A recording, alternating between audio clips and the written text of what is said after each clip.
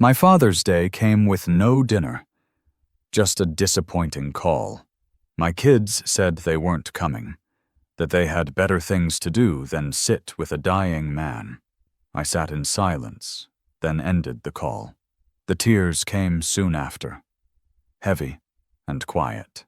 A day later, I was on the news. My name appeared with the winning numbers, $108 million in the jackpot. That's when my phone started buzzing. 57 missed calls from the same children who had no time for me yesterday. If you want to know how I filled that prescription, please keep listening and consider subscribing. The grandfather clock in the hall chimed 3 o'clock, each resonant note echoing through the profound stillness of the house.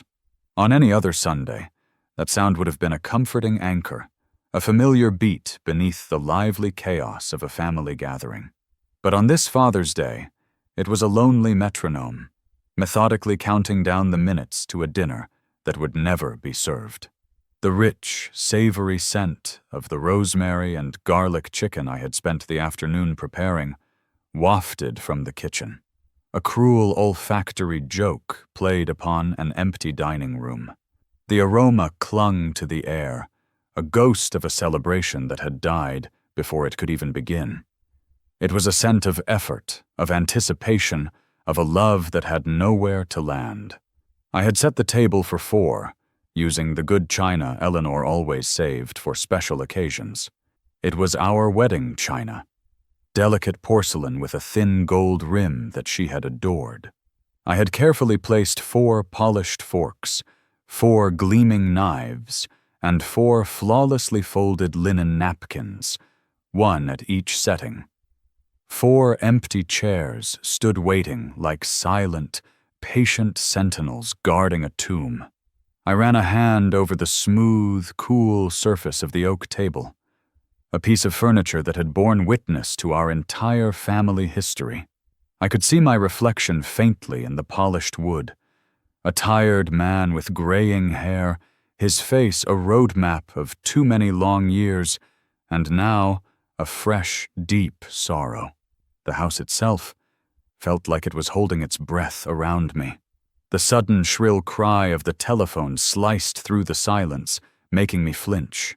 It was an assault on the quiet grief that had begun to settle. I knew, with a sinking certainty, who it would be. I let it ring twice, a small, futile act of resistance against the inevitable, before picking up the receiver on the 3rd ring. "Hello?" I said, my voice managing a steadiness that I did not feel. "Dad, it's Caleb," my eldest son's voice came through the line, clipped and impatient, the way it always was when he was performing a task he considered a chore. In the background, a cacophony of noise confirmed my suspicions. I could clearly hear the high-pitched, carefree laughter of Brianna, my daughter, and the indistinct, rumbling murmur of Mason, my youngest. They were together, just not with me. "Listen, we're not going to be able to make it for dinner tonight," he said, the words tumbling out in a practiced rush, as if he were ripping off a bandage. There was no warmth, no hint of apology in his tone, only the weary impatience of a man eager to get an unpleasant duty over with. I gripped the receiver, my knuckles turning white against the black plastic. I pictured them so clearly, gathered at some trendy new brunch spot, the kind Brianna favored, with exposed brick walls, overpriced mimosas served in delicate flutes, and music that was far too loud. They would be laughing, taking pictures for their social media, a perfect portrait of a happy family, with one crucial member conspicuously absent. "Oh," I managed to say, the single syllable feeling like a heavy stone lodged in my throat. "Is everything all right?" It was a foolish, hopeful question, the last gasp of a father's denial. I already knew the answer. "Yeah, everything's fine," Caleb replied, a distinct note of irritation creeping into his voice now. He was annoyed that I was drawing this out, that I was failing to make my own dismissal easy for him. "It's just, something came up. We have more important things to do than celebrate with a dying man." The line went quiet for a single, deafening beat. But his words hung in the air between us, sharp and glittering and unimaginably cruel. He hadn't whispered to them in a moment of frustration. He had stated them as a simple fact, as casually as one might comment on the weather. I didn't say anything. I refused to give him the satisfaction of a response, of an argument, of any emotion at all. I let the silence stretch, forcing it to become a vast, cold expanse between a father and the children he had raised. I wanted him to squirm in it, to feel even a fraction of the chasm he had just blasted open at my feet. In that suffocating quiet, I heard Brianna giggle again in the background, a bright, tinkling sound that had once been my favorite music in the world. Now it was just noise, meaningless and grating.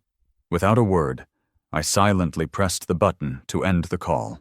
The soft, final click of the connection breaking echoed through the room, a sound of absolute finality. I stood there, looking at the 4 empty chairs around the perfectly set table. The tears didn't come right away. First came the cold, a deep, cellular chill that had nothing to do with the temperature in the room. It was the cold of absolute loneliness, of finality. Then, as I stood there staring at the perfectly set, utterly useless table, the tears finally fell. They were hot and silent, tracing paths through the deep-set wrinkles on my face. These weren't tears of self-pity, or even of simple sadness. They were tears of mourning, a quiet, desperate farewell to the family I had spent a lifetime believing I had. Later, moving like a man in a dream, I cleared the table. I took the roasted chicken, its skin still crisp and golden, and wrapped it tightly in aluminum foil before placing it in the refrigerator. I stacked Eleanor's precious china plates carefully, each one feeling as heavy as a tombstone in my hands. I placed them back in the dark cabinet, the sound of the door clicking shut feeling unnervingly permanent. The house was quiet again, but it was a different kind of quiet now. It wasn't peaceful. It was hollow. It was the sound of absence. I sank into my worn leather armchair in the living room, the one that, after all these years, still held the faint, ghostly scent of Eleanor's favorite lily-of-the-valley perfume. I just sat there, staring out at the darkening windows, as the day bled into night. For years, I had told myself their growing distance was a natural part of life. They were building their own careers, their own families, their own worlds. I had become an expert at making excuses for them, for the missed calls that were never returned, for the birthdays acknowledged only by a hastily sent text message, for the widening emotional gap that I had pretended not to see. But Caleb's words had acted as a brutal solvent, dissolving all of my comfortable, self-deceiving lies. This wasn't about them being busy. This was about me being a burden, an inconvenience, a problem with a foreseeable expiration date. The most bitter irony of all was that I wasn't dying. Not in the way they so clearly wished I was. My cardiologist had used words like manageable and monitoring when discussing my heart condition. It was a nuisance, an unwelcome reminder of my 72 years, but it was not a death sentence. My children, however, had heard only what they wanted to hear. They had taken a routine medical diagnosis and twisted it into a convenient excuse, a permission slip to absolve themselves of the simple, fundamental duty of kindness. They were waiting for me to die, and their impatience was palpable. As the last of the evening light faded from the sky, a new feeling began to displace the grief. It was a cold, hard resolve that settled deep in my bones, solidifying my sorrow into something sharp and strong. I looked over at the mantelpiece, at the silver-framed photograph of Eleanor, her smile so bright and full of a life they had never truly appreciated. This wasn't just about me anymore. It was about her memory, too. It was about the life we had built, the sacrifices we had made together. And I knew, with a terrifying and liberating certainty, that I could not and would not let it end like this. The next morning, I woke to the same suffocating silence that had been my companion the night before. Sleep had offered no respite, only a restless tossing in a bed that felt vast and empty. The sun streamed through the kitchen window, illuminating millions of dust motes dancing in the air, each one a tiny, silent spotlight on my solitude. I moved through the familiar, hollow motions of making coffee, the scrape of the scoop against the beans, and the gurgle of the machine, feeling alien and loud in the stillness. I left the television on for background noise. The cheerful, meaningless chatter of the morning news anchors, a jarring counterpoint to the quiet devastation that had taken root in my heart. I wasn't really listening, just letting the sound wash over me, a meaningless tide to fill the cavernous emptiness of the house. I was staring into my black coffee, watching the steam rise in lazy spirals when a familiar, garish graphic flashed onto the screen. It was the Powerball logo, all bright colors and bombastic music. And the winning ticket for last night's massive $108 million jackpot was sold right here in our area, the anchorwoman chirped, her smile painfully bright and professionally vacant. The lucky winner has yet to come forward. I felt a brief, detached flicker of interest. Good for them, whoever they were. Then the anchor continued. The winning numbers are... She read them off, a sequence of digits that meant nothing to me, just random noise in the background of my grief. But the location she named next made my heart stop. The small, unassuming convenience store down the street, the one where I'd been stopping for years to buy a single ticket with the same old numbers I'd played out of habit, a small weekly ritual to keep Eleanor's memory close. My heart, the very organ my children were so callously concerned about, began to pound against my ribs with a frantic, unsteady rhythm that made me dizzy. My hands trembled so violently that coffee sloshed over the rim of the cup, the hot liquid scalding my fingers. I barely felt it. I set the cup down with a clatter and walked, my legs feeling unsteady, to the small mahogany desk in the living room. I pulled open the top drawer and took out the worn, dog-eared copy of To Kill a Mockingbird, where I always kept the ticket tucked safely inside, between the pages describing Atticus Finch's quiet courage. With fumbling, clumsy fingers, I pulled the small slip of paper out and smoothed it on the dark wood of the desk. I read the numbers once, twice, a third time. My eyes traced the familiar sequence, the numbers I had played out of habit for years, and compared them to the ones still glowing on the television screen. They matched, every single one. I sank heavily into the chair, the ticket clutched in my hand, the thin paper feeling as momentous as a royal decree. $108 million. The number was so vast, so absurd it felt like a fiction. Yesterday, I was a forgotten father, a burden waiting impatiently to die. Today, the world had not just tilted on its axis, it had been ripped from its orbit entirely. And then, as if on cue, my phone began to ring. It was on the kitchen counter, and its vibration against the granite sounded like an angry, trapped hornet. I walked over and looked at the screen. Caleb. I stared at his name, a wave of cold fury washing over me, extinguishing the last embers of my shock. I watched it ring, the sound grating and intrusive, until it finally went to voicemail. A moment later, it rang again. Brianna. I ignored that one too. Then Mason. It was a relentless, desperate chorus. The calls kept coming, one after another, a frantic, overlapping symphony of greed. I didn't answer. I just stood there and watched the screen light up with their names, a grim, dark satisfaction coiling in my gut. After the calls came the texts, a frantic flurry of notifications that made the phone buzz non-stop. Dad, are you okay? We're so worried. Please call us back. From Brianna, the words dripping with a false sincerity that was nauseating. Dad, call me ASAP. It's important. From Caleb, his usual impatient command now laced with a thread of panic. Heard the news! So unbelievably happy for you, Dad.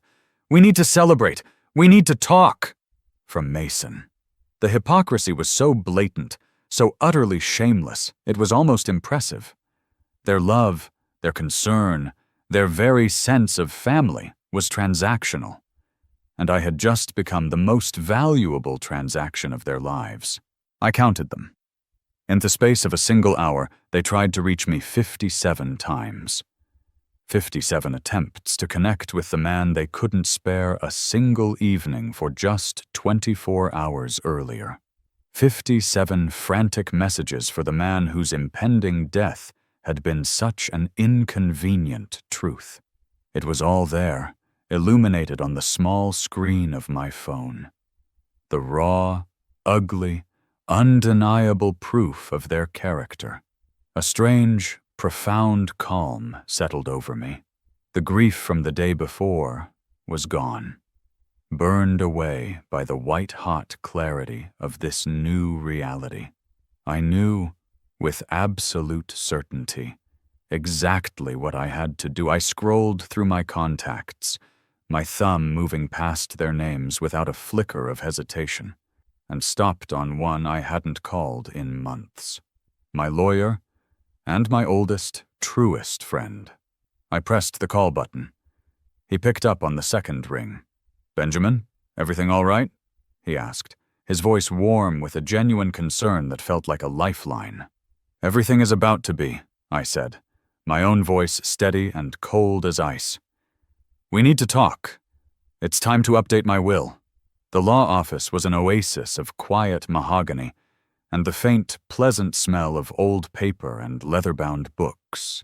It felt like a different century, a world away from the frantic, desperate buzzing of my phone, which I had finally silenced and left locked in the glove compartment of my car.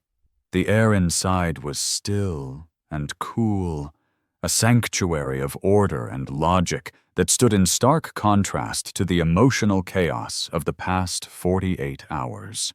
My lawyer, a man I'd known since we were boys playing stickball in the street, greeted me not with a handshake, but with a concerned look that spoke volumes. He led me back to his private office, a room lined with shelves groaning under the weight of legal texts, and gestured for me to take one of the deep leather armchairs facing his massive desk. He listened without a single interruption as I recounted the events of the past 2 days. His face, usually a placid and thoughtful mask, hardened as I told him about the Father's Day call, repeating Caleb's words. I saw a flash of raw anger in his eyes, the protective fury of a true friend who had witnessed my life, my struggles, and my devotion to my children for over 50 years. Then I told him about the lottery ticket. I took it from my wallet and placed it on the polished surface of his desk, right between us. He stared at it, then back at me, and a slow, disbelieving smile spread across his face, crinkling the corners of his eyes. Well, I'll be damned, Ben, he said, shaking his head slowly, if that isn't the most brutal form of poetic justice I've ever seen. I want to cut them out, I said, the words tasting like clean, cold water after years of thirst. Completely. I don't want them to get a single dime. He nodded, his expression turning serious again as he slipped into his professional role. That's your right, of course. It's your money. We can set up a trust, draft a new will, make sure everything is absolutely ironclad. You can take the money and disappear. Live out your days on a beach in Hawaii, sipping Mai Tais and never thinking about them again. He was offering me an escape, an easy way out, a quiet, solitary victory where I would be rich, and they would be left with nothing but their own bitterness. It was a tempting thought, but it wasn't enough. No, I said slowly, the idea that had been a nebulous spark in my mind now beginning to form into a sharp, clear flame. I don't want to disappear. Disappearing feels like running away, like letting them off the hook. I want to make a statement. I leaned forward in the creaking leather chair, the seriousness of my own intent surprising me. I want them to understand, truly understand, what they've thrown away. I took a deep breath. Do you remember I told you Eleanor left a letter for me? With instructions to open it only if I ever felt truly lost as a father. If I ever doubted the life we built. He nodded, his gaze intent and unwavering. I remember. I opened it on Father's Day, I said, my voice low and heavy with the weight of that memory, right after Caleb's call. I didn't tell him what was inside the letter. Not yet. The contents of that single, folded piece of paper were a private grief, a secret that Eleanor and I had shared in silence for decades. It was the final, most intimate part of our story. Now, it was about to become a weapon.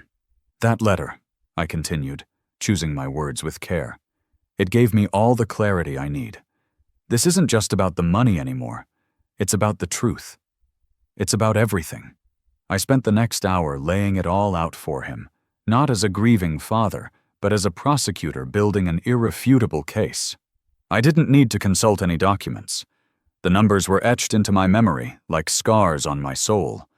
I gave him a narrative summary of years of one-sided generosity, a long and painful accounting of their bottomless entitlement. I spoke of the $50,000 I had given Caleb to fund his disastrous tech startup. I described the down payment for Brianna's downtown condo, a place she had complained was too small the very day she moved in, before asking me to co-sign a loan for expensive renovations. I detailed the countless times I had covered Mason's gambling debts and his ever-changing, always failing, get-rich-quick schemes. His apologies were always effusive and tearful, always followed within weeks by another desperate request for a loan he never had any intention of repaying. It was a relentless pattern of taking, a lifetime of them expecting my support as their divine right, while offering nothing in return but hollow gestures, and finally, a dismissal as cruel as a knife in the back. My lawyer listened, his pen occasionally scratching a quiet note on a yellow legal pad. He was a good man, and he understood that this was more than a financial reckoning. It was a moral one. I wasn't just a rich man disinheriting his ungrateful children. I was a father holding them accountable for a lifetime of emotional bankruptcy. The plan I outlined was not simple. It was theatrical. It was, in its own way, profoundly cruel, and it felt, to me, perfectly, beautifully just. It would require careful staging and a cold nerve I wasn't sure I possessed until that very moment.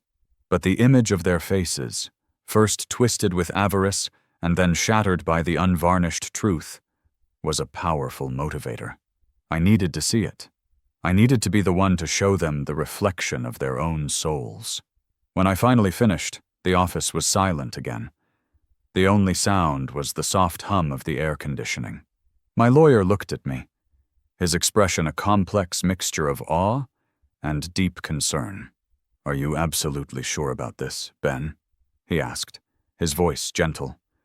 "There's no coming back from it. This will be the end."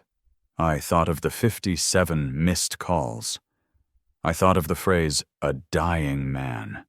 I thought of the lonely, perfectly set dinner table, and the sound of my daughter's carefree laughter in the background of my public execution. I looked my oldest friend in the eye. "I know," I said, my voice as steady and hard as stone. "There's nothing left to come back to." He held my gaze for a long moment, then gave a slow, decisive nod. "All right then," he said, his voice firming with resolve. "Let's get to work." As I left his office an hour later, I felt a lightness in my step I hadn't experienced in years. The plan was in motion. The trap was being set. I looked back at my friend and smiled. A real, albeit grim, smile this time. "The money is the bait," I told him. "The truth is the trap, and they've already walked right into it." The first move in this elaborate game was an invitation. the bait for the trap. My lawyer, acting on my behalf, drafted and sent a formal email to Caleb, Brianna, and Mason. The language was deliberately sterile and corporate, inviting them to a private dinner at the Capitol Grill, a place synonymous with old money, power deals, and steaks that cost a small fortune. The stated purpose, the email read, was to discuss the future of the family's financial landscape in light of recent developments. The replies came back within minutes, a synchronized cascade of eager acceptances. Of course they did. The scent of $100 million was a more potent lure than any family loyalty they had ever possessed. They were sharks that had smelled blood in the water, and they were circling. I spent the day of the dinner in a state of detached, almost out-of-body calm. It felt like I was an actor preparing for the most difficult role of my life.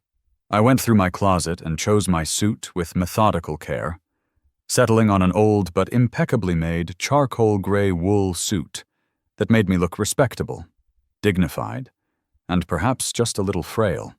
I was consciously casting myself in the role of the grieving, vulnerable patriarch, a man overwhelmed by his sudden, immense fortune and in desperate need of his loving, capable children's guidance. Every detail was part of the costume, part of the performance designed to lull them into a state of absolute confidence. I was building a stage, and they had no idea they were the main attraction. Driving downtown that evening, I felt a strange sense of disconnection from the bustling city around me. The neon lights of the skyscrapers blurred into abstract streaks of color, and the sounds of traffic and sirens seemed distant and muffled, as if I were hearing them from underwater. I was moving through the world, but I was no longer a part of it. I was an observer, a director watching the final preparations for a play I had written. I arrived at the restaurant a full 30 minutes early and was shown to a secluded corner booth, a plush, dark red leather nook that offered a commanding view of the entrance. The air inside was thick with the rich aroma of seared beef, melted butter, and expensive perfume. The low, ambient hum of hushed conversations and the soft clinking of silverware against china created a cocoon of privileged intimacy. When they arrived, it was like watching a pack of predators enter a new territory. They bustled in together, a united front of feigned concern and barely concealed excitement. They were all smiles and effusive greetings, kissing my cheek with lips that felt cold against my skin, and fussing over my coat as if I were an invalid. Brianna, my daughter, wore a sleek black dress that probably cost more than my first car, its fabric shimmering under the low lights. Caleb had the smug, confident air of a man who believed he was about to close the deal of a lifetime. His shoulders squared, his tie perfectly knotted, and Mason, my youngest, just hovered in their wake, as always, a nervous, smiling follower in the grand drama of his older sibling's ambition. "Dad, you look wonderful," Brianna chirped, sliding into the booth beside me, her voice a pitch too high, a little too bright. "We were so terribly worried when we couldn't reach you. We thought something had happened." I just nodded, offering a weak, wan smile that I had practiced in the mirror. It's all been a bit overwhelming. The lie came easily, smoothly. The meal that followed was a masterclass in manipulation, a grotesque and fascinating performance of filial devotion. Their every word, their every gesture, was so transparently calculated it was almost painful to watch. Caleb immediately took charge of the wine list, summoning the sommelier and ordering a bottle of Cabernet that I knew cost several $100s, proclaiming it a night for a grand celebration. Brianna spent the entire evening in a state of constant, cloying physical contact, her hand resting on my arm, her voice dripping with a syrupy, counterfeit affection that turned my stomach. She kept pushing the breadbasket toward me, asking if I was warm enough, if the lighting was too dim, if my chair was comfortable. It was a relentless campaign of manufactured care. Mason, for his part, played the role of the deeply concerned son, his brow furrowed with a look of theatrical earnestness. "You really have to take care of yourself, Dad," he said, his voice full of a gravity he couldn't possibly feel. "Now more than ever. Your health is the most important thing." The irony was so thick, so suffocating, I could have cut it with my steak knife. I let them play their parts. I became a passive audience for their carefully rehearsed production. I listened as they subtly, then more overtly, began to pitch their ideas for my newfound wealth. Caleb, ever the aspiring tycoon, spoke of diversifying assets and creating legacy investments, which I knew was his well-worn code for funding his next inevitably doomed business venture. He used terms like venture capital and angel investing as if he were a seasoned pro, not a man whose only business experience involved bankrupting my savings account. He talked about protecting the money, growing the money, making it work for the family, by which he clearly meant himself. Brianna, meanwhile, spoke in softer, more insidious terms.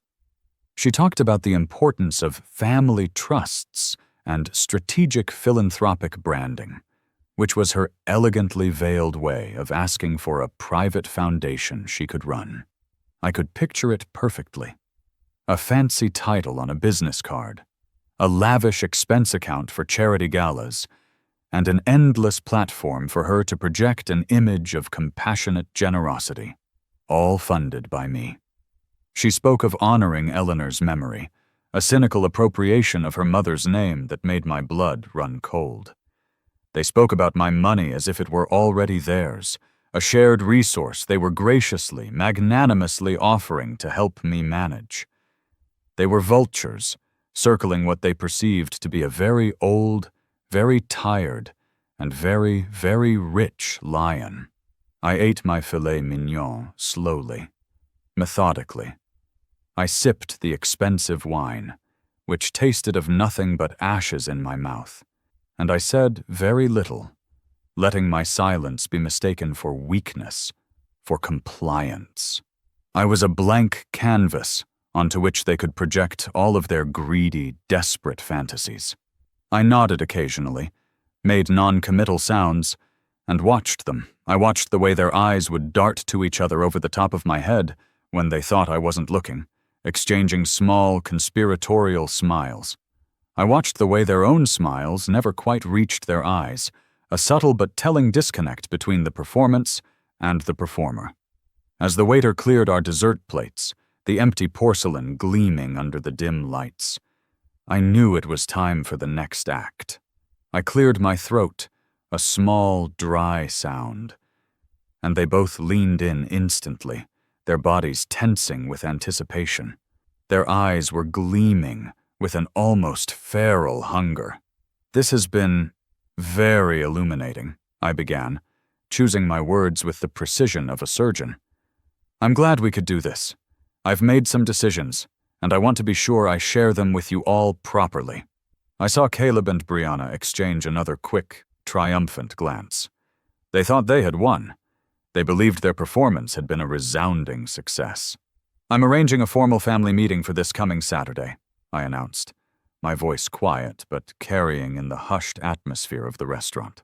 "We'll meet at the Grand Hyatt downtown, in one of their conference rooms. I'll be laying out my final legally binding plans for the entire $108 million then." I paused, letting the weight of that number, that life-altering sum, settle in the air between us. I allowed myself a small, tired smile, the final touch on my portrayal of a man at the end of his rope. "It's all for family, after all," I said, the words tasting like poison in my mouth. "It's what your mother would have wanted." They beamed, their faces alight with pure, unadulterated greed. They had no idea what was waiting for them on Saturday at the Grand Hyatt. The days between the dinner and the Saturday meeting were quiet. I didn't hear from my children, a silence I interpreted as the quiet confidence of hunters who believe their prey is cornered. They thought the money was in the bag. There was no need for further performance. This interlude, this calm before the storm, was a gift. I used the time not for quiet contemplation or second-guessing, but for a methodical and deeply personal preparation. This was not a journey into nostalgia. It was an archaeological dig into the ruins of my own life, a careful excavation of the truth. I went up to the attic, a place I hadn't visited in years, a dusty, forgotten archive of the family I had once believed in. The air in the attic was thick and still, heavy with the smell of old wood, decaying paper, and the faint, sweet scent of mothballs. A single, grimy window allowed a weak, hazy shaft of afternoon light to cut through the gloom, illuminating a swirling galaxy of dust motes.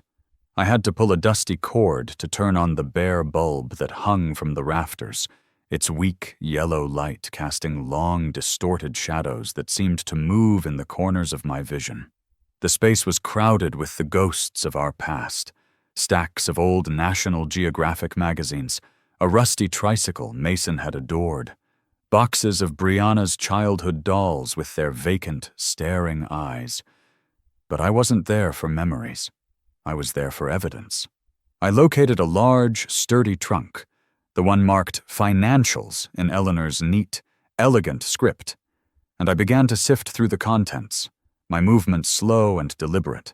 I worked with a grim, focused energy, a cold fire burning in my chest. This was not a father reminiscing over his children's lives. It was an auditor building an unassailable case. I pulled out a thick file for each of them. For Caleb, the glossy business plan for his failed startup, stapled to the bank statements showing the $50,000 wire transfer from my retirement account. For Brianna, the closing documents for her condo, made possible by a cashier's check from me for the down payment, along with the co-signed loan for her kitchen renovation, a debt I was still paying off. Mason's file was the thinnest on paper, but the heaviest in heartache. It held a grainy photograph I'd received anonymously years ago of him at an illegal poker table, grinning, time-stamped the day after I'd given him $5,000 he'd sworn was to avoid eviction.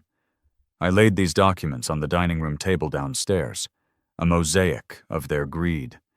In another, smaller box, beneath Eleanor's photo albums, I found what I was truly searching for.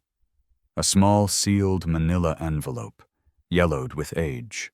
I had read its contents on Father's Day, and the words were burned into my memory. It was her final confession, a secret she had carried to her grave, a truth that would reframe our entire history. I placed the envelope carefully to one side. It was the centerpiece of my plan, the final devastating blow.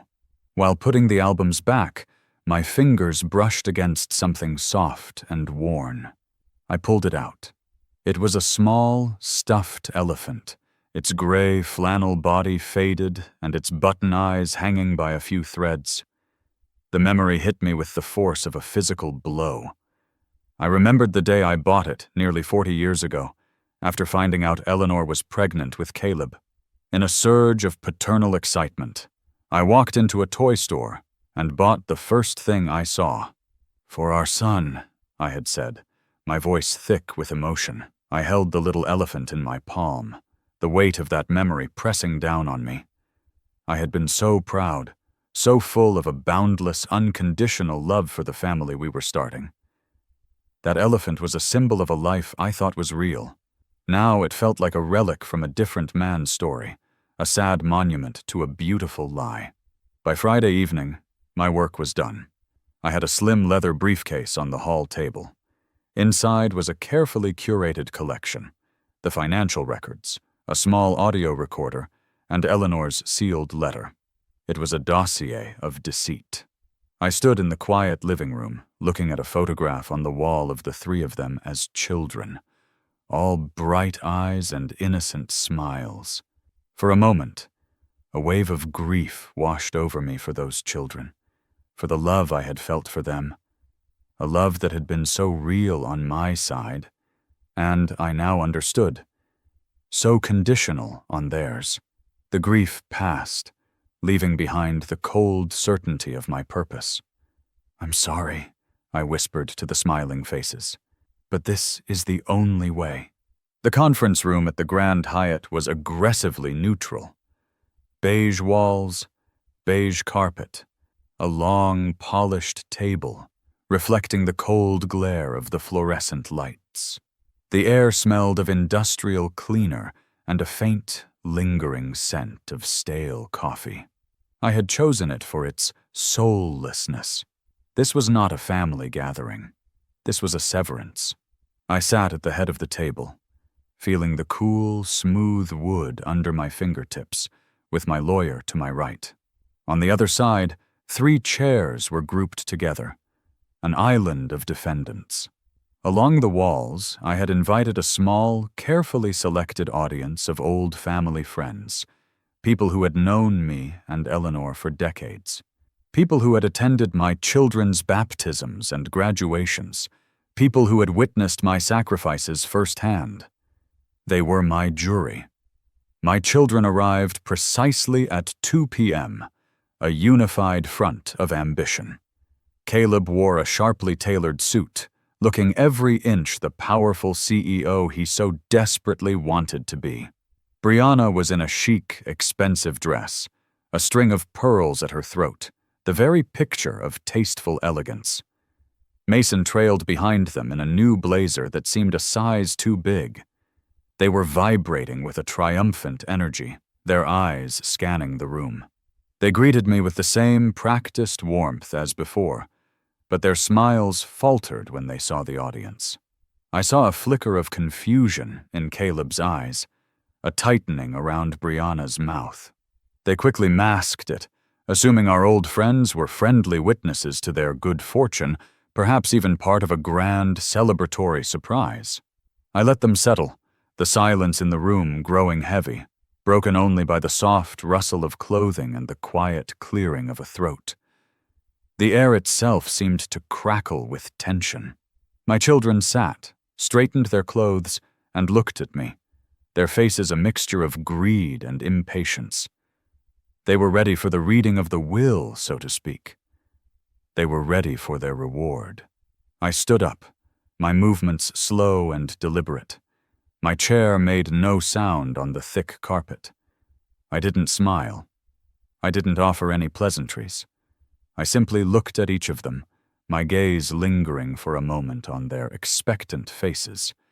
Then, I nodded to my lawyer. He reached into his briefcase and placed a small digital audio recorder in the center of the polished table. The device looked small and insignificant, but I knew it held a terrible power. He pressed a single button.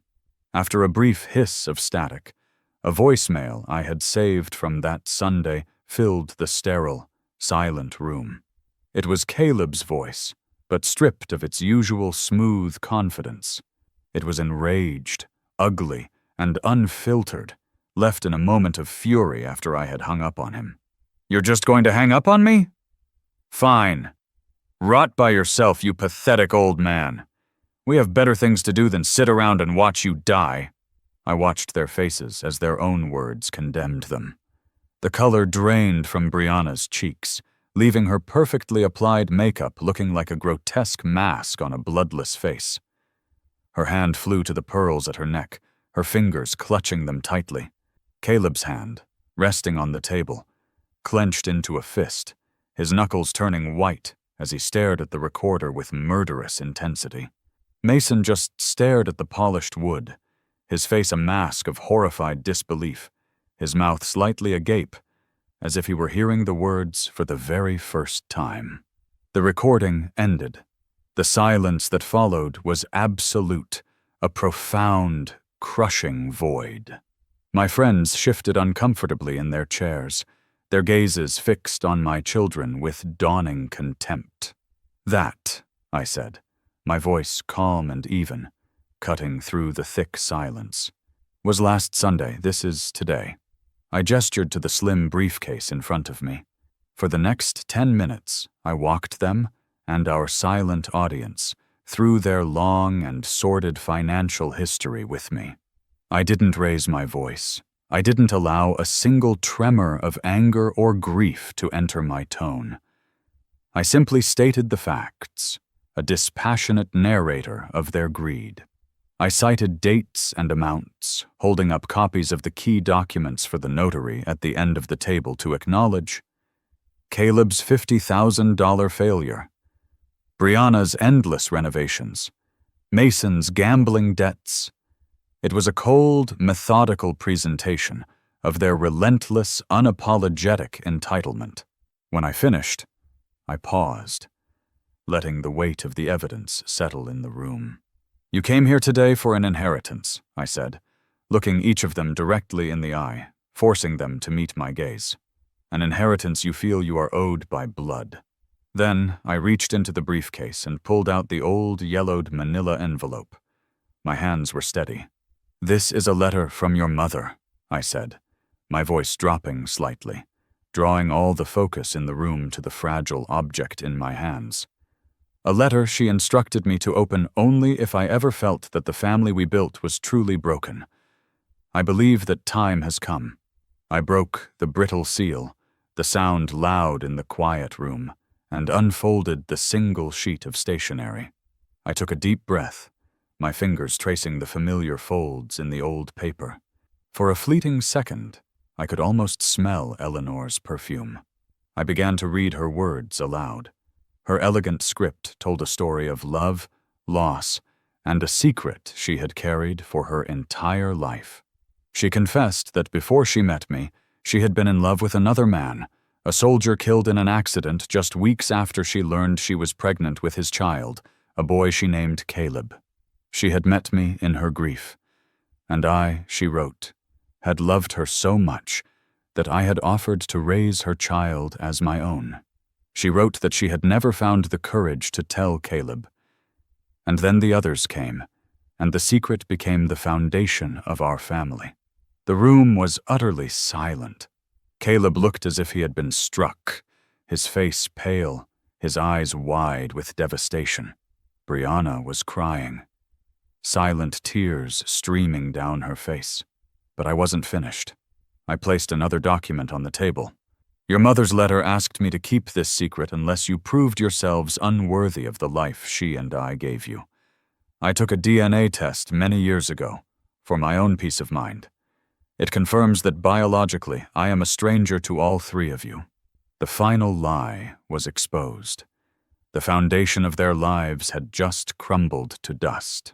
So you see, I said, my voice devoid of emotion, you are not entitled to anything from me, not by blood, not by love, and certainly not by respect.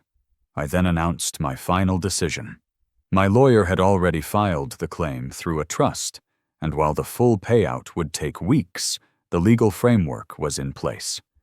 The entire $108 million was being placed into a charitable foundation. The Eleanor Foundation, I said, my voice ringing with finality, will be dedicated to helping single mothers and their children, people in the exact position your mother was in when I met her. My lawyer then slid a small, unassuming cardboard box across the table. It made a soft, scraping sound on the wood. It came to a stop in front of Caleb. I am, however, leaving you everything that I, as the man who raised you, ever truly owed you. Caleb stared at the box as if it were a snake. His hands trembling, he opened it.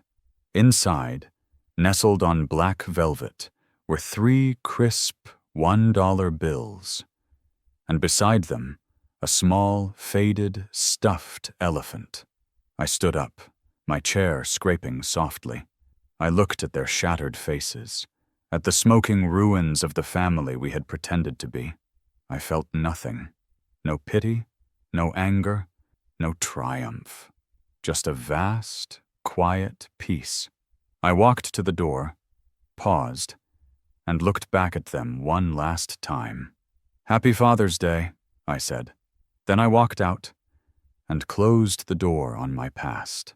A month later, the world felt different. The air in my lungs seemed fresher, the colors of the late summer afternoon brighter, more vivid. A profound weight I hadn't even realized I had been carrying for decades, the heavy, invisible burden of their expectations and my own disappointments, had been lifted. I spent my days not in the echoing silence of my old house, but in a small, sunlit temporary office space downtown, surrounded by architectural plans and stacks of legal documents. We were building the Eleanor Foundation from the ground up, and for the first time in years, I had a purpose that felt real and true. A purpose that was about building something new, rather than just maintaining the hollow, crumbling shell of what was.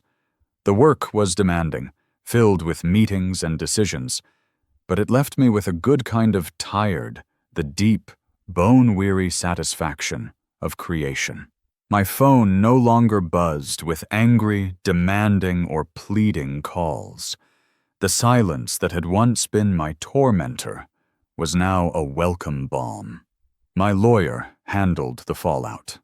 As expected, there had been threats of legal action. Caleb had hired an aggressive attorney who sent a blustering, threatening letter about contesting the will, citing my supposed emotional distress and what he termed undue influence. My lawyer had responded not with a letter of his own, but with a single, neatly prepared package containing a notarized copy of the DNA report and a high-quality digital transcript of the Father's Day voicemail. We never heard from Caleb's attorney again.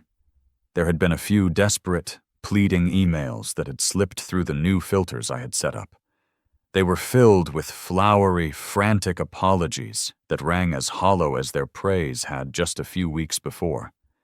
I deleted them without reading past the first line. There was nothing they could say that would change a thing. One afternoon, a single piece of personal mail arrived at the office.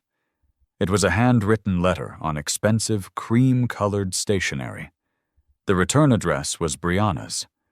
I recognized her looping, dramatic, self-important handwriting immediately. For a long, weary moment, I was tempted to tear it in half, unopened, and drop it into the trash. But a final, lingering ember of my old life, a morbid curiosity, got the better of me. I slid a letter opener under the flap and unfolded the single sheet of paper. The letter was not an apology. It was a torrent of pure, undiluted rage and blame, a venomous screed accusing me of unimaginable cruelty, of destroying their lives, of humiliating them out of pure, evil spite. She called me a monster. A bitter, lonely old man who would rather burn his fortune than see his own children happy. I read the first page, my hand steady, my heart rate unchanged. She still didn't get it. She never would. I walked over to the small fireplace in the corner of the office, a feature I hadn't used yet, struck a match, and held the letter to the flame. I watched as her angry, elegant words curled into black, brittle ash and disappeared up the chimney. That weekend, I visited the first community center that our new foundation was supporting. It was a small but vibrant place in a part of town I rarely visited, a true haven for struggling mothers and their children. I walked through rooms filled with the sounds of children's laughter and joyful play, a world away from the silent, resentful obligation that had defined my family life for so long. In a quiet corner of the sun-drenched playroom, I saw a little boy sitting all by himself, maybe 4 or 5 years old, looking sadly at a toy truck with a broken wheel. I sat down on the colorful alphabet rug next to him.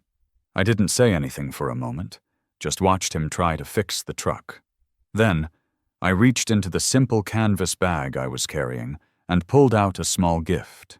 It was a brand new stuffed elephant, soft and gray, with bright, kind button eyes and a cheerful, upturned trunk.